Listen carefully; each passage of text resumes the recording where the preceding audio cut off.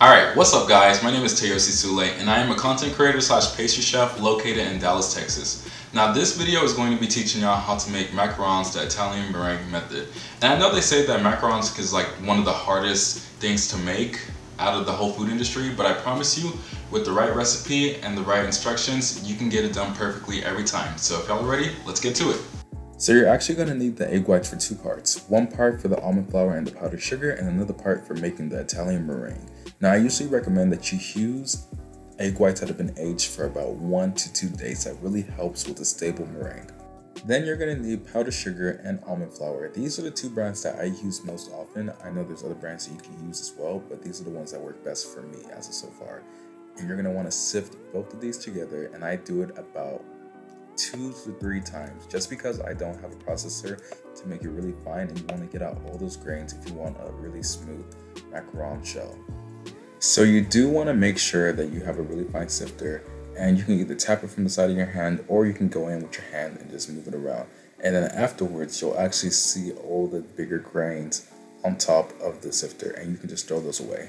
And now I'll just repeat the process for a second time, just because I want to make sure that all the small clumps that I don't want are removed from the entire mixture.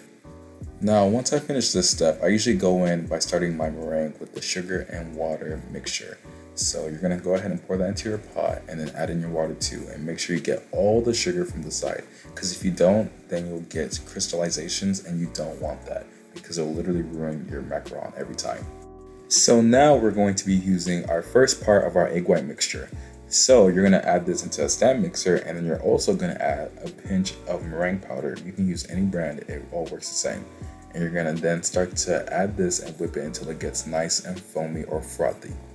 So what I actually noticed is that if you do not whip it up enough, your meringue won't actually be able to keep a stiff peak. So you want to make sure that you get this nice and foamy like I did in the video. So now that it's foamy, you want to then get your mixture onto the stovetop and heat it up to a temperature of 235 degrees. It will start to bubble once it gets to the right temperature.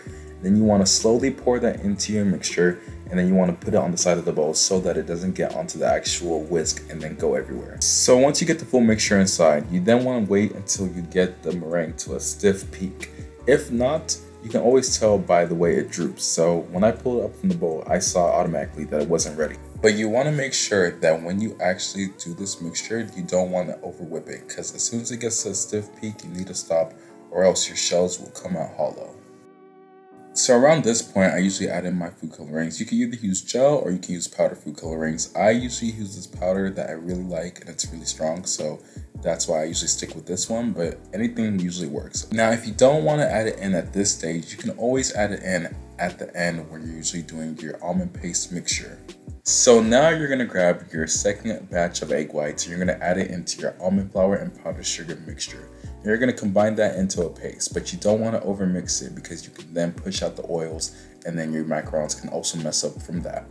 So I usually just lightly combine this until it's all together. Then you want to add in your first batch of meringue. So I usually split this into 2 pieces. So you're going to add in your first half, and you're going to want to fold that in, and then you're going to get your other half, and you're also going to fold that in.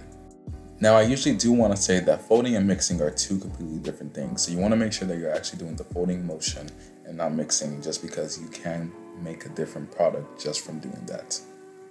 At this point, I added the remaining meringue, and now I'm just folding it in until I get to a ribbon-like consistency, like you're seeing right here.